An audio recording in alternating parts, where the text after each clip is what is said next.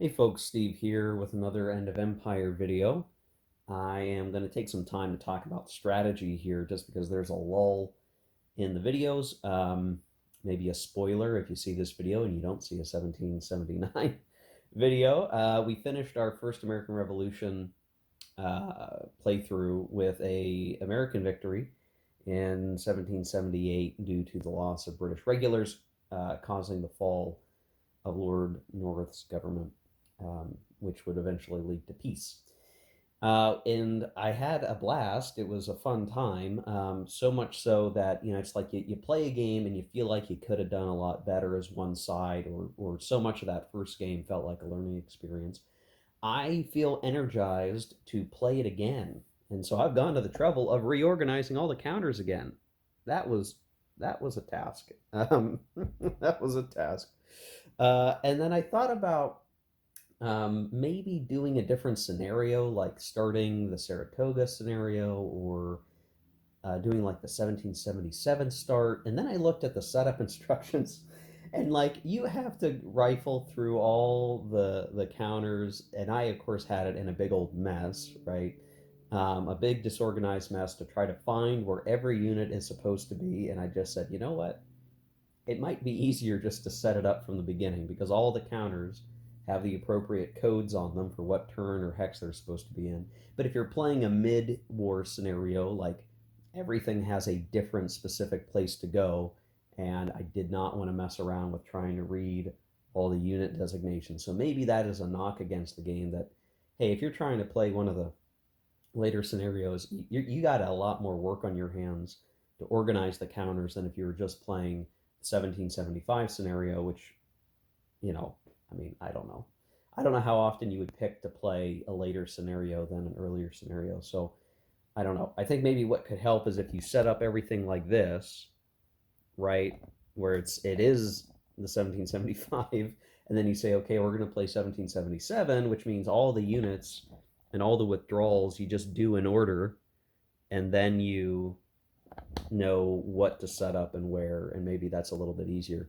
So it's kind of weird to even describe like having to come up with a special process to set up later scenarios so that you're not bashing your head against the wall trying to read every counter. That seems to be the most logical way to do it. But I felt like I wanted to do it again from the beginning, all over again. And then maybe that should show something good about the game, that I'm willing to do that. That I'm like, yeah, let's do it again, baby. Rack them up. Let's go again. I liked it. This time with much greater thought to the British strategy, because I really feel like that's where I fouled up. I think I had competent play as the Americans, but just very lackluster play as the British. I don't know, maybe that's subconscious bias, but I don't feel as though I had played them very well, and I did not make the best use of the resources at their disposal to really achieve anything resembling a decent, at least not until the late game, a decent track. We were likely going to cause the near economic collapse of the American government, or economic collapse of the American economy, whatever, however you want to look at it. We were likely going to be able to cause that to happen, but we had wasted so much in resources to get there. And I think the British could certainly do better if I play through it again. And then we might actually see 1779, 1780. We may see, the French troops actually enter and not just be the economic help that was provided, and see something go on. But of course, the dice might decide that, again, we get a really nasty defeat as the British, and we have that happening. Um, so I wanted to talk about strategy a little bit, and I'm going to thank, I'm not sure if I'm going to say this right, Dave Neiswanger. If that's correct, let me know, Dave. I apologize if I did not pronounce. You had written, Dave had written a fantastic write up on strategy that I'm gonna you can go to the previous 1776 video and find his comment. You can read it yourself. But I for the purpose of this video, I printed it out to kind of talk about it, and there's some really good stuff that Dave points out in here that I think is worth talking about, and just trying to understand the strategy. And I should point out, I think this is like the scenario where strategy really comes into play, where I feel like with the French and Indian War, like there are just some things you have to do. Like if you're making the right decisions, the French and Indian War scenario will play out along somewhat expected uh, chain of events, an expected chain of events. Here with the American Revolution, because there's so much going on, there's so many units, so many different things that you could try to do. That strategy becomes a much bigger part. Like, what are you going to do? Where are you going to go, and why? And what do you hope to achieve by it? All that happens to be much more important. Obviously, the map is bigger, and you've got more units, so you just so many more options open up. Um, here's what Dave says. I think this is just good. That's why I'm calling it out. I'm not arguing against Dave here. I think Dave's got some important points. He says, I believe holding on to Boston in 1775 is of dubious value. Gage lacks the strength to foray inland, and you risk that occasional step loss. Leaving for Halifax or a less threatened port in the south might be worthwhile. The next year brings on many reinforcements, and I agree that New York City is key for its provincial reinforcements and location. From there, your superior army can march north into New England, up the Hudson, to the New Jersey, Pennsylvania area. I'm a bit skeptical of your, meaning me, Steve's, foray into Maine and the vicinity. New England is the hotbed of the rebellion with more troops and stronger militia. Be careful as you've set up Washington in a central position where he may concentrate against one of your armies, either north or south. This is what happened to Burgoyne. The British efforts were too uncoordinated, and that central position allowed the Americans to concentrate superior forces against Burgoyne. That was with Horatio Gates, I should say. Um, could that happen? How? I agree with the Southern strategy, though. Those colonies are less fervent and have weaker forces and militia. You can roll them up one after another. Cornwallis followed that strategy, but lacked the forces to hold his gains while battling Greene. So that's a big long paragraph, and there's more to read and more points that Dave rightly makes. But I'll let me talk about this for a second. So in our little situation here in Boston, it is true. Like it's like what can you do, and how much can you achieve, and does it make sense to leave early, and what does that give you, right? Now, here's the thing. I have always looked at this situation in Boston as sort of a I don't know, like a oh like a an old West movie where like a couple of guys have their guns pointed at each other. The British are probably discouraged from trying to break out with the present situation. These two individual stacks. Gage doesn't activate super duper often. He is only a 3 leader, so it's not like he's going to go rampaging through Massachusetts. If he exits Boston and maybe is contesting one unit or one stack of the Americans, what could happen is he could get easily surrounded and eliminated, and that's almost the game right there. Just because you would be losing, let's see, 4, 8, 13. You'd be knocking out like 13 steps of British regulars and completely removing any hope of an immediate, counterattack, right? Like you leave Boston, these guys take Boston, leave a garrison, surround you in the middle of Massachusetts. Probably not a great idea. So certainly, yeah, early game, Gage is not going to be trying to leave Boston.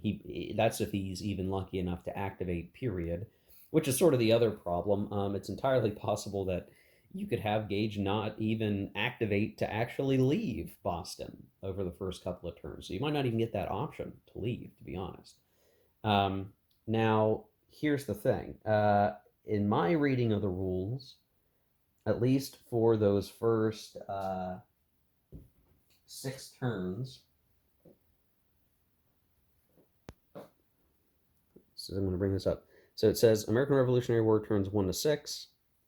The British fleet is always available, but there's this little superscript note: fleet only for evacuation. Now, if I read the rules right, and it's entirely possible that I'm not, the way that reads to me is that Gage is only going to be able to leave if he is forced out by combat. So, suffering a retreat while in a coastal hex, he can evacuate by sea. Um, yeah, and it says in the rule book, prior to the entry of the British fleet on turn 7, the British player may use evacuation by sea according to the provisions of the above rule, as if there were a British fleet in the sea zone offshore of Boston. So evacuation by sea, that is different than a voluntary amphibious movement, which usually requires the fleet in the sea area adjacent to wherever you're headed, whether that's Halifax or otherwise. So, based on my reading of the rules, um, he can't just up and leave on turn 1 or 2 or 3 or 4. He actually does have to wait until either he is forced out via combat, which could happen, and maybe he almost wants that to happen, um, or uh, you wait until turn 7, and then you get the British fleet, and then you can go wherever you want. So I think just in terms of that concept, just to be the clarity of what Dave is talking about, I think he's mentioning like, do you leave? Do you leave on turn 7 just as soon as you can, or don't you? The thing about it is, so this is hex 3120. I have to look when the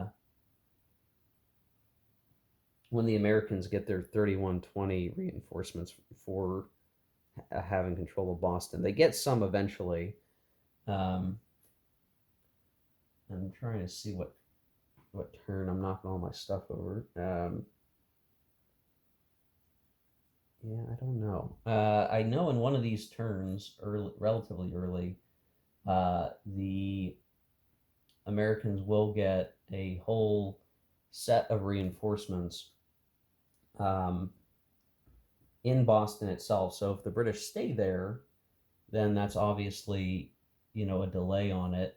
I really wish maybe what I need to go do is look in the Vassal module and confirm when those units. That's probably the easiest way to do it is in Vassal.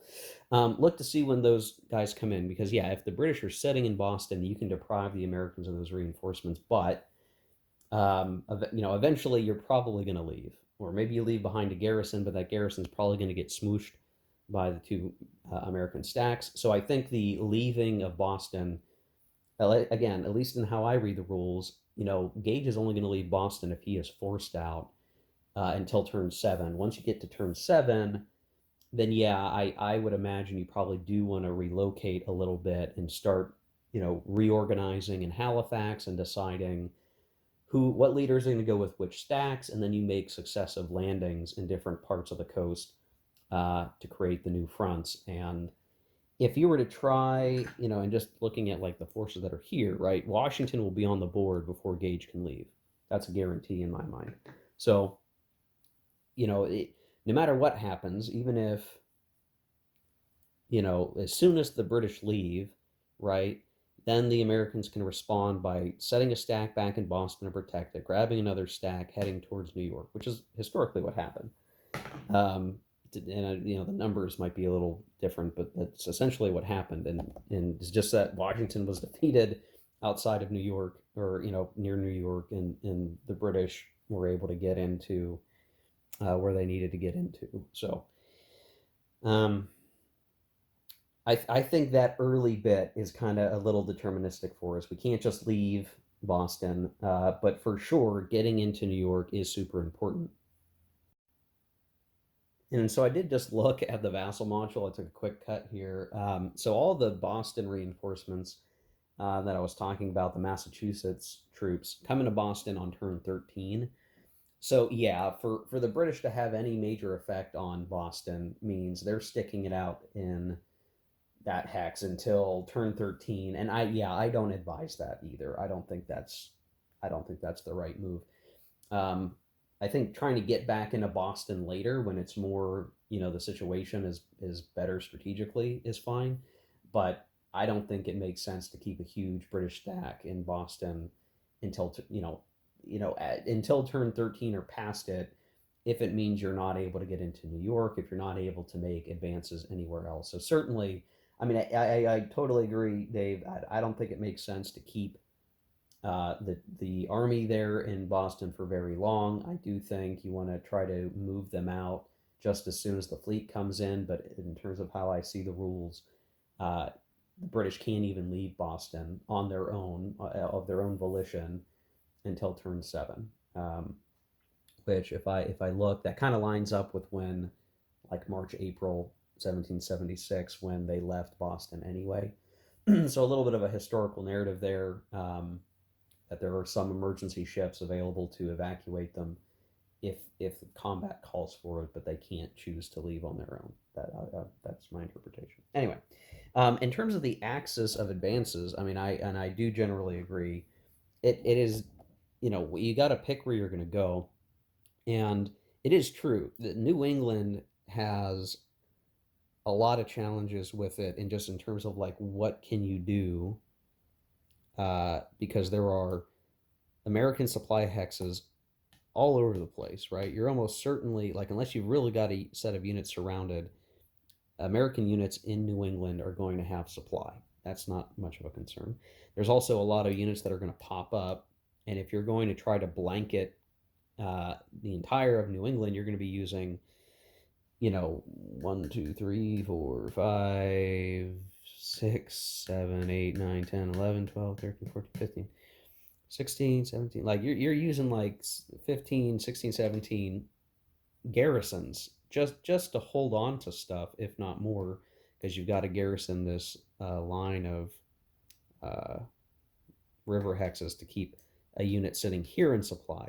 And I think it's like this is a whole challenge area, and I'm thinking in my head, I'm like, okay, well, if you as the British were going to try to win by restoring the colonial rule everywhere, um, this is going to be awful to try to nail down. I'm trying to think through like when do you have enough forces to do it? The only benefit being like once you nail it down, they're not going to come back up, and then maybe things are easier from there. Uh, but it's definitely a tough nut to crack, and I'm not sure the best time to try to do that. Like early game, obviously seems like a challenge, but here's my thought as to why the British should be making plays in New England.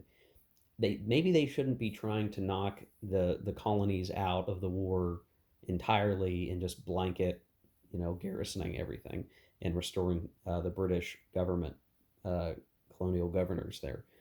But if you look at the concentration of ports, there is a huge number of ports compared to anywhere else that you might care about. So just to kind of show where these ports are for the American collapse. So there's 1, 2, 3, 4, 5, 6, 7, 8, 8 in what I would consider the South, right? Yeah, 1, 2, 3, 4, 5, 6, 7, 8, 9. I'm sorry, 9. I missed one. 9, 9 there, and they're all kind of spread out, right? If you're hitting one, you're probably not very close to the other. The exception probably being Yorktown and Norfolk for how it matters. Some of these are still kind of close together. The fact that you can move pretty quickly, you could easily grab several of these. Um, but then once you start getting into like, all right, Philadelphia is one, New York is one, and then you have New Haven, New London, just right next to each other, Providence right next to them, Newport right next to them, Boston right over here, uh, Gloucester right there, Portsmouth, Falmouth. So, 1, 2, 3, 4, 5, 6, 7, 8, and then New York's nearby. So when you're trying to figure out like how close are these things all together? Well, you know, half the ports that are going to matter, and if you can nail them down, it's going to be great. Half the ports are right here in New England. So if you're able to, like we did in the late game of our scenario, have done a pretty good job of getting into these places and holding them with reasonable forces, and you can have kind of a defensive line or keep the Americans bottled up around Boston, you're still doing a huge amount of damage to the American economy. So I think in my mind, I'm like, well, yeah, it's a hotbed of patriot activity, but there's also a lot of value in contesting New England and hitting the economic system of the Americans. And that feels like that's the best way to achieve victory as the British. I just as I played, I'm like, man, I don't know how you restore the British rule to these colonies coherently with just as much stuff that's on the board. That feels very difficult. But causing the American economy to collapse feels much more reasonable. You have to do a lot less to achieve those ends. And if you're able to get even near economic collapse, you know, you're effectively doing so many steps of losses to the Americans indirectly that gives you much greater ability to potentially then come in and shut things down. And if you can shut things down well enough, then those are that many fewer American units that are going to come back each spring. And that's where you sort of get to the final, you know, the collapse, death spiral of the Patriot cause, because now, you know, your British armies don't have to deal with as many units springing up, and they can have a coherent front that they can push on, whether it be south if you're coming from New England, or north if you're coming from the South colonies. And generally, I do agree with Dave's comment, and this is an astute one, that you know you can certainly start rolling up these colonies and pursue the Southern strategy. Like that's certainly doable. Um, I think it's something that makes sense. Now, I'll say I made one significant mistake, rules mistake. Well, I guess it wasn't super significant. Didn't matter a whole lot. There are these entry hexes for the British. There's one here, just barely off camera in Augusta. There's one here. There's one here. A couple other places out there, but there's these couple, right? I'm trying to see where Camden is. I guess it's not labeled as a town on here, or I'm blind and I just don't see it. So they have these hexes where British reinforcements can come in. But here's the mistake I made because I missed the sub paragraph in the rules. Those British units cannot show up here in civilized American friendly hexes unless there's a British unit. So we need to actually get British units out here into these hexes to get the reinforcements when they come in.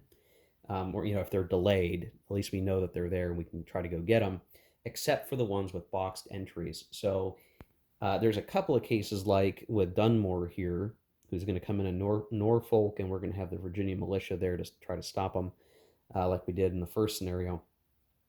They can come in for sure, and if they get eliminated, you know, they can't come back basically because they don't get replacements. But these other areas, I think I had put, and there's even one near Philadelphia where I put the British unit there when they came in. I should not have done that. And that's an easy rule to miss, that you need a British unit there to actually get the unit. So that's a bad on my part. I goofed on that. So it actually makes the situation down here even harder for the British because of that. They actually got to go for those places, which justifies a little bit my sojourn to Augusta, but that ended up going very badly for the British in the previous game. So I definitely think um, there's definitely a strategy here to use the southern colonies. I think the one danger is that because you're out in the middle of all this civilized hex terrain, that the Americans, whether it be with Greene, Lafayette, or somebody else, somebody with high activation, if you have a crappy activation, you're saying like sitting out here, for instance, smack dab in the middle of North Carolina, or whatever the case may be. Well, what if they come in and very quickly like surround you with hexes and attack, because these are only one movement point for the Americans, and then you can't, you know, maybe you can't react or you're having trouble reacting. You could get surrounded in the middle of North Carolina. The terrain allows American movement well enough that they could do that. So I see the South as a dangerous place for the British, just because there's a lot of space where that could play to the advantage of the Americans if they have the right generals nearby. So it's definitely an interesting front down here. I do think the British need to commit, and they need to commit well. And my basic plan is like, don't bother going inland for anything until you're up and above that. So like we wouldn't go to Augusta until we have taken Charleston securely, and we wouldn't try for Salisbury to shut down at supply hacks until after we've at least taken Wilmington and probably Bern. So we've captured it, we've got security, and then we fold west and south, curve back to clean up whatever's back here, and before we continue moving north would be the ideal strategy. Talking about the north again, just very quick, in terms of the axis of advance, yeah, it is true um, that the British had a mistake in that, when you had Burgoyne headed south and you had their other diversionary force that was coming from like over here, I think, uh, like, okay, well, then the British should have come out of New York. They should have secured the Hudson, divided things. They might have been in better shape. Instead, they went to Philadelphia. I do think we can correct for those historical mistakes and try to have a more coherent, combined force. And maybe that's how you take New England, is isolating it and then, moving east and kind of clearing things out, um, rather than focus on Philadelphia. Because best as I can tell in game terms, like capturing Philadelphia doesn't do a whole lot for you. If you do capture it, you can force the delay of a decent number of Pennsylvania reinforcements. So that is valuable. It is a port. So there are good reasons to get into Philadelphia, and there are units that you can get as the British in Philadelphia. So there's definitely a reason to go. But I think in my previous game, the British just went too hard after it for very little gain. And only after realizing the mistake were we able to make headway in Baltimore and Alexandria and these other areas in Virginia. So certainly something that I need to look at, and try to do a little bit better and handle things. I was being cautious, so I'm gonna read some more of Dave's comments here. I think you were being cautious with British step losses, which is good. I don't necessarily like the old loss rule or the new one. Be careful when and where to engage. Try to maintain superiority with DRMs. Use your best leaders to command your forces. I feel you should concentrate your troops and not disperse them. Use provincials and Germans to hold vulnerable places, but keep your British regulars concentrated. Yeah, I generally agree with that. I mean, the thing about it, I think, and I spoke to this in the other videos as I wrapped up the previous scenario. I put a bunch of like German mercenaries in a stack with a German mercenary leader. That was foolish. I should never have done that. What I should be doing is making sure there's always in every single British stack a few German mercenaries, a few provincials, no matter what. Always include a few. If I can afford to have additional leaders in a hex, I should do that to cover for potential leader losses so I don't lose my good leader. The British have a little bit more trouble with trying to make sure. Well, I guess both sides have this problem where like a higher seniority leader is worse, so you kind of have to play around with that a little bit. But for sure, I think the British could have avoided some step losses against British regulars by having more of a cushion. Now that doesn't save them with the errated rule. Like if the Americans can force 4 step losses on the British or something like that, they roll really well with good odds. Like okay, that the British are still going to eat 3 British regular step losses there and probably lose some units. But the fact that I was towards the end kind of walking around with a lot of stacks with British units only was bad. So I need to correct that. And I think if I'm going to do a reorganization in Halifax of the British armies, I will be specifically trying to sort out how to line up, how to create like effectively creating army corps organized such that hey, does everybody have their German buddy? Does everyone have their provincial buddy? Their cushion? Okay, go forth and conquer. That kind of thing. For sure. The DRM thing is interesting because before long, and I actually really appreciate this about the game.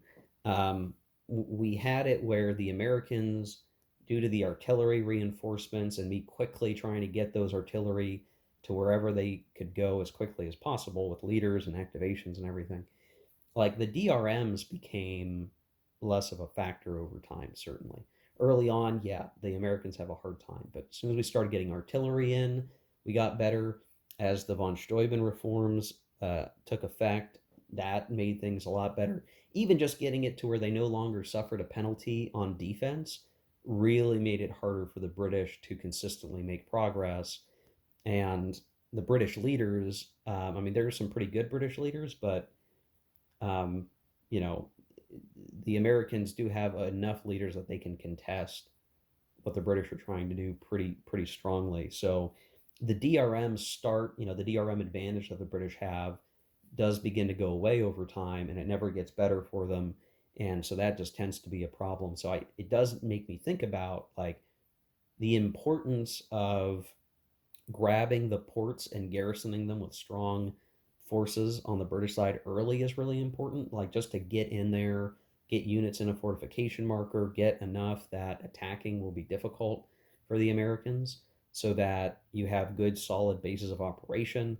The more progress the British make early, the better off they'll be, because each amount of progress that they try to make later in the game will get that much harder, especially with the French entry and needing to pull off a bunch of British units for withdrawals and all of that. It's super important for the British to make as much headway as they possibly can, headway that they can keep, right? It doesn't make sense to like grab all of these but not be able to hold it.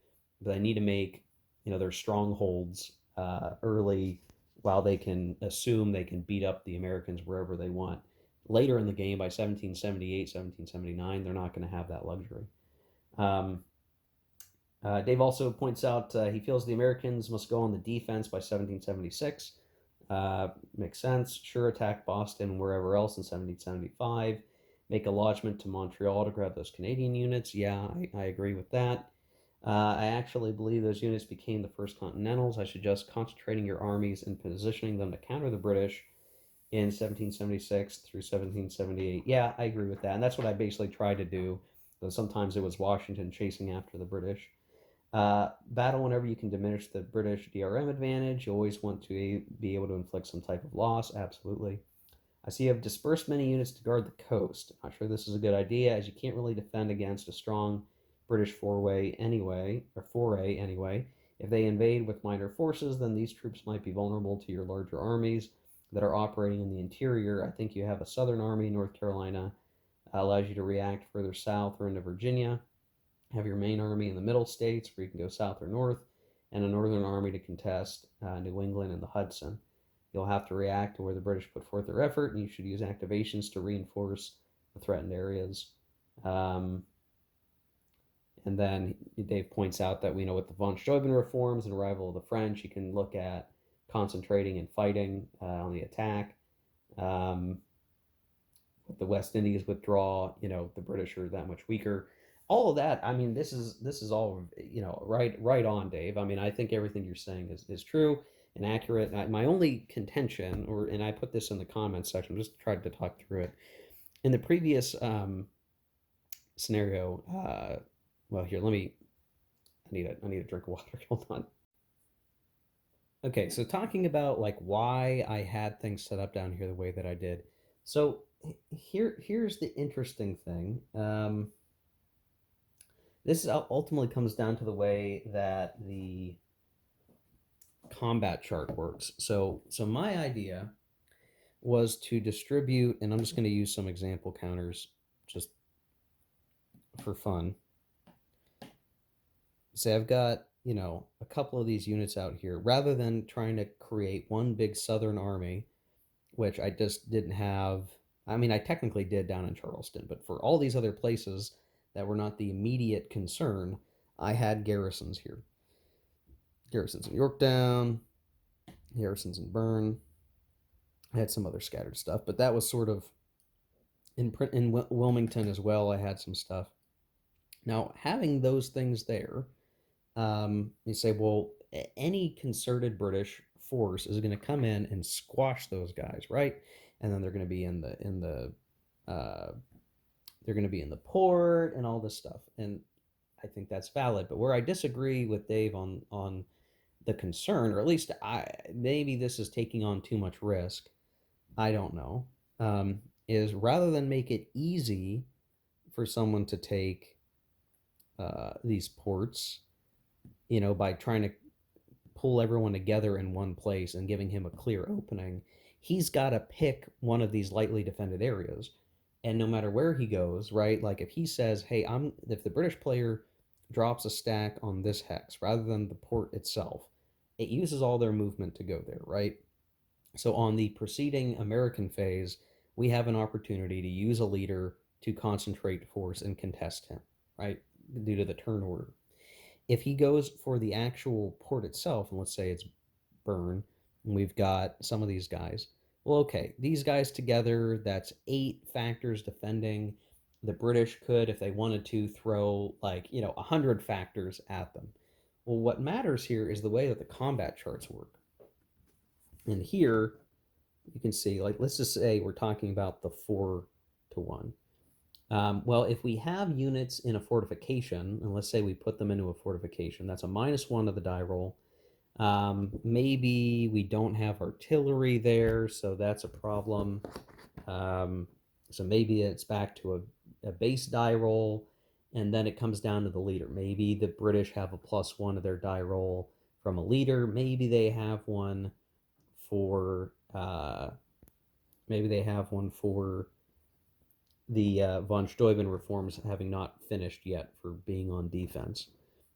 So I should also say the strategy is highly dependent on what leaders the British have, what time frame it is, have the von Steuben reforms occurred. But let's say they're even rolling on the 4-to-1. Well, all right, if you got a leader, let's say a 3 or a 4 leader, right? They go, they activate, and they go into burn. Burn. I'm not sure if that's pronounced Bernay, but I'm going to say burn. Never been to that part of North Carolina. So, okay, say it's a 4-to-1. You roll the die, and what are their combat results? Well, they probably have a +1 or a +2, so maybe they get a 2 result if you roll a 1. Maybe they get a 4 result, right? So you do 2-step losses. Let's say the end result is a 4. You do 2-step losses to the stack and burn. Well, that will at least eliminate a whole unit. Okay, fair enough. But it hasn't forced the defender to retreat, and the defender is still there. So now the attacker has to roll initiative again. If an attacker on an amphibious invasion fails initiative, they have to go back home, or they have to go onto the fleet, and either they're going to try again later, or they've got to go back to a friendly port. If they succeed, then they've got to roll again. And by that point, if we're talking 4-to-1 odds, then yeah, this guy's probably smushed and they get into burn, and that's a problem.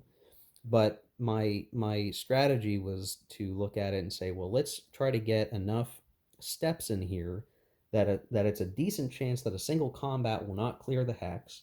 The British have to roll again and hope that they fail, because there's only so many good British leaders. So wherever they go, they've either got to send one of their better leaders to make any progress and have a decent chance of getting into the port, and that's still there's that small chance that they're going to fail to activate and have to go home.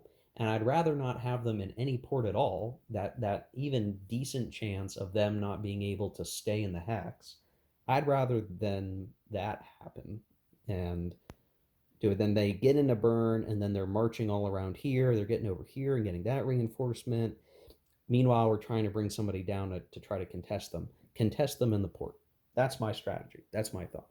Now, again, there are going to be times where that's not optimal. There are going to be times where it is optimal. I think if you're dealing with a leader with a high activation and they're making a concerted effort here instead of in Charleston, where I expect things to be hot and heavy, the British are giving something up by doing that. So if they really want to try to attack these ports and make some ground, hey, that's great. That means their really good leader that has high activation must not be in the mid-Atlantic. They must not be in the north, and I can exploit that. So that's my thinking. I mathematically, someone can go do the math and see if this is an astute risk management decision. But just because, in my mind, because the Americans go second in the turn, they can better react to whatever the British does. So if the British do make it into burn, I still have the ability to react with something, possibly. Um, and given that these are all one movement hexes for the Americans, they can send something from Virginia down here pretty quickly. But if they never have to, because the British fail to activate through, all the better. Then we don't need to worry about it. We continue to get reinforcements that can get into the ports and defend it, and all of that. Yeah. So that's my thought on that, guys. So a little bit of difference of opinion with Dave on that one, but I get what he's saying. I mean, you certainly, because you can have the same thing over here, right? You can have a British stack stop moving after some combat round or something down here, sure. But in the process, you've lost the port for economic purposes. You've maybe given up the entry hex so that the British can bring in reinforcements and have supply and all of that. And I'd rather move the defense to the left a little bit, so to speak, and stop them earlier if we can. Give them a road bump to run into. Especially because there's so many units that are popping up in these hexes anyway, that if I'm wasting a bunch of time in activations trying to get a leader down to pick them all up and move around, like, okay, I could probably use those activations to do something else too, if these guys are actually performing some task that is valuable, which to me is garrisoning the ports so that they're not easy grabs. If it's an empty hex, the British can just walk in, right? They just have to activate, they sail over, they land, and they can go wherever they want from there on the next turn. And I mean, that's not good. That's not good. Now, in our campaign, we ended up not getting to the later stage stuff. So when we ended, we were, here basically. So there's still a lot of like, there were additional reinforcements that would have come in, um, some that would never have come in because of the British withdrawals. And I'm still not entirely sure. I guess well, okay, no, I have it right. Um, the withdrawals are such a big deal to the British because they lose so many steps worth of units. But they do get some reinforcements, like some of them have the tag on them that they're West India reinforcements. So they only come in if the French fail to come in by this point. So there's actually a whole bunch of these guys. You can see it says 29 West Indies. So they come from the West Indies. If French enter, then they'll have to leave, basically. But there's still a few out here that are like these guys on turn 26. They just come in, right? They just come in. So there's still some more reinforcements that the British can count on over time. The New York replenishments that they can get, which they should definitely utilize. And of course, when the French come in, that can help contest. But it's not as though like the French, it's not that big of a stack, to be honest. Like, okay, we get the fleet. That's probably the most important thing. We get these units, and like, it's not bad. I mean, don't get me wrong, but it's 45 combat power, right? That's not even that much, to be honest. 45 combat power. They're all nines, I think, and a pretty good leader. But 45 in the big scheme of things isn't that much.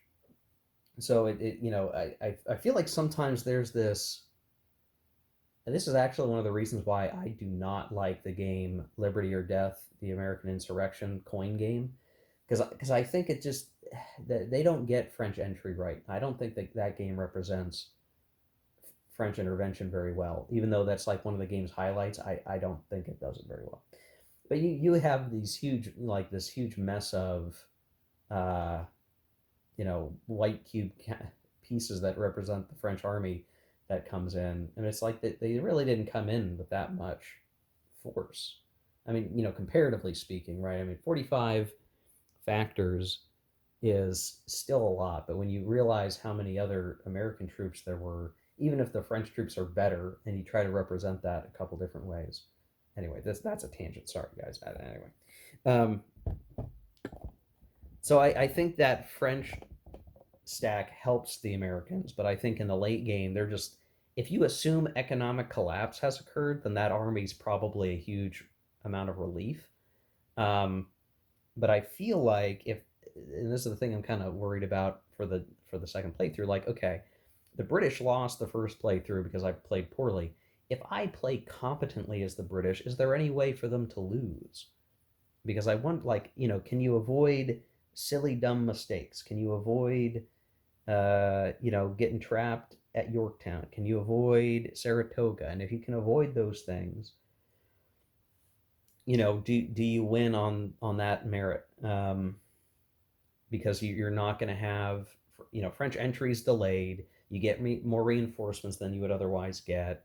Maybe if the French do enter, by the time they do enter, you've managed to tie things down. So I definitely see it as like the British, so much is going to sit on the British ability to act. If the British player does well, that's going to impact the game greater than if the American player does well, it feels like. Um, maybe that'll get proven out in the second playthrough. But just in terms of strategy, right? Like I think we're going to have to be very careful as the British. I feel like they're going to be the drivers of the game. So like the net effect of this will be in the second playthrough for me. The British are going to, or I should say, the Americans will play reasonably well. I think I kind of understand how to utilize their forces, what makes sense to do. I feel pretty good about that. Not too worried about that.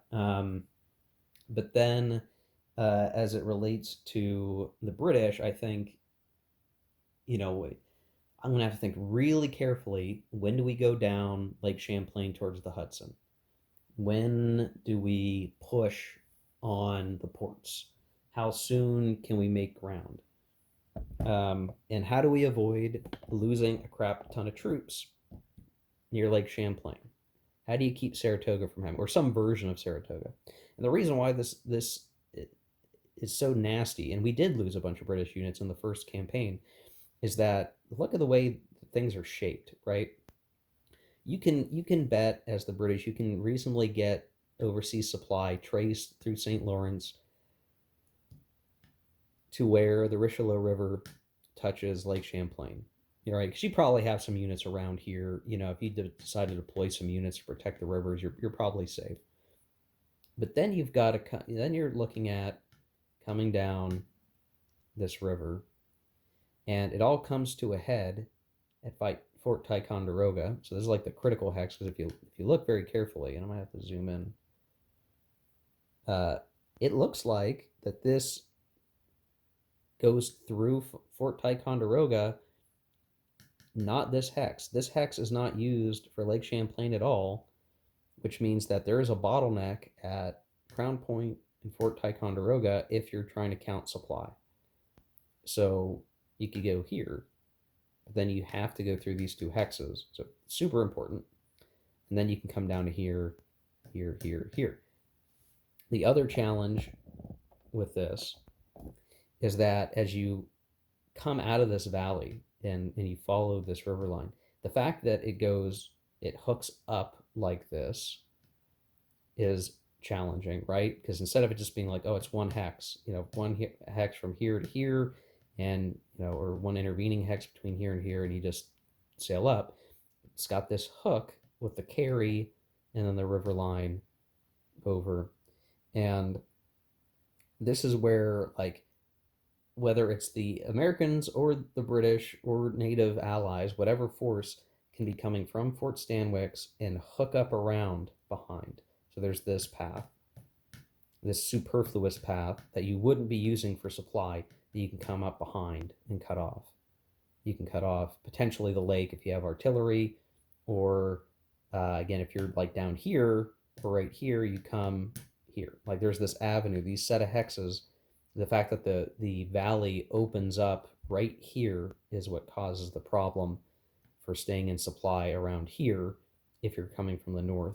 Likewise, coming from the south, that was a little more important for the French and Indian War, but same thing. And then the other challenge that does present itself, and the Americans, had made use of this where they could, is that you've got this whole other valley path to take in New Hampshire, where you can head up the river and then you leapfrog out and you come over here and you're sitting on a supply line, or you've come up behind these guys and you're able to sandwich them. So the fact that like you can't ignore Lake Champlain, like it's an important thing, get you into Canada, get you through back here. You can take the long way around, but the British have to be super careful of deciding, are they going to come down this death trench, because they can easily be outmaneuvered either as where it opens up and the supply path is thin, get surrounded or get cut off, or even in the back door through here they get cut off. And if they're trying to go the whole way, the long way around, this is fraught with other concerns like rifle units, or native allies that could disrupt any of the supply tracing from here down through here, down through here. Um, so I think like the Americans trying to push up makes a lot of sense. When the British decide to push down towards the Hudson, I feel like has to be very carefully thought out, more thought out than I did in the first scenario, more thought out than what Burgoyne did. Just very careful, because there's so many opportunities for an automatic initiative leader, for instance, to swoop in behind the British and cause problems. So that's a huge part of it too. Huge part of the strategic situation to keep you from losing a Saratoga-like battle and letting the French enter. And I basically what it comes down to is the British just need to be super deliberate in what they're trying to do in every campaign action that they try to take. Okay, guys, well, I think that's it for the strategy video. I did a lot of rambling here. I know some of you guys like the rambling. Again, big thank you to Dave, who wrote up so much in the comments section of that previous video that I felt it would just be really good to use that as a framing device for this conversation. I do think that at the very least, the American Revolution scenario in this game is rich with strategic thought. Ultimately, the dice are going to have a say, right? Whether or not you get to activate what you need to activate when you need to do it. But I think there's a lot to consider. And, getting to play it out is a lot of fun too.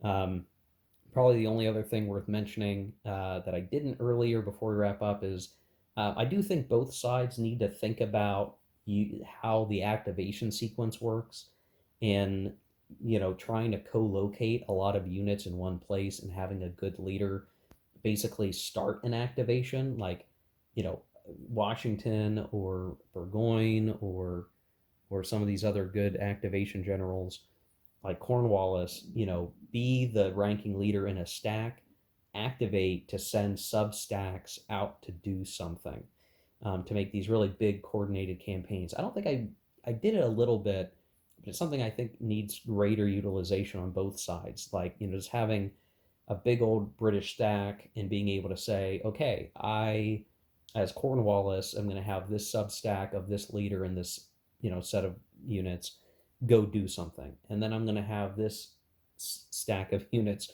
go do something else. And then I'm going to activate one more time and take the rest of these forces and go somewhere. I think more of that can be really powerful if I understand the activation sequence correctly. And I did some of it. I just feel like I need to hone in on some of that more on both sides to make more progress and to get farther along. So hope this video was entertaining for you guys to think about in terms of playing this game. I think other folks are maybe going to start playing along, so I hope you enjoy that. Interested to hear how your games go. And we'll get in on the second playthrough here for us. I'm not sure what video format I'm going to use. I don't necessarily want to do a year after year video like I did on the first try, just because I think that's going to be like spamming my own channel with very similar content. What I may do is simply break it up into parts like I did for the French and Indian War, and cover basically the aftermath of several years of play even, just so that we're not like, it's not hours and hours and hours of watching for you guys. I can just simply play through and show you the aftermath, or the very critical game states as they change. That might be the best thing to do, rather than to show just every year's campaign season. I know that's a little less detail for some folks, but I think that's just going to be the best thing to do, just for time's sake and watchability. So thanks for watching. If you stuck through this whole video, appreciate it. Hope you enjoyed it. Let me know your thoughts in the comment section down below. Hit like, all that good stuff. And we'll see you in the next video covering some aspect of my second playthrough of the American Revolutionary War. See you guys. Take care. Keep gaming.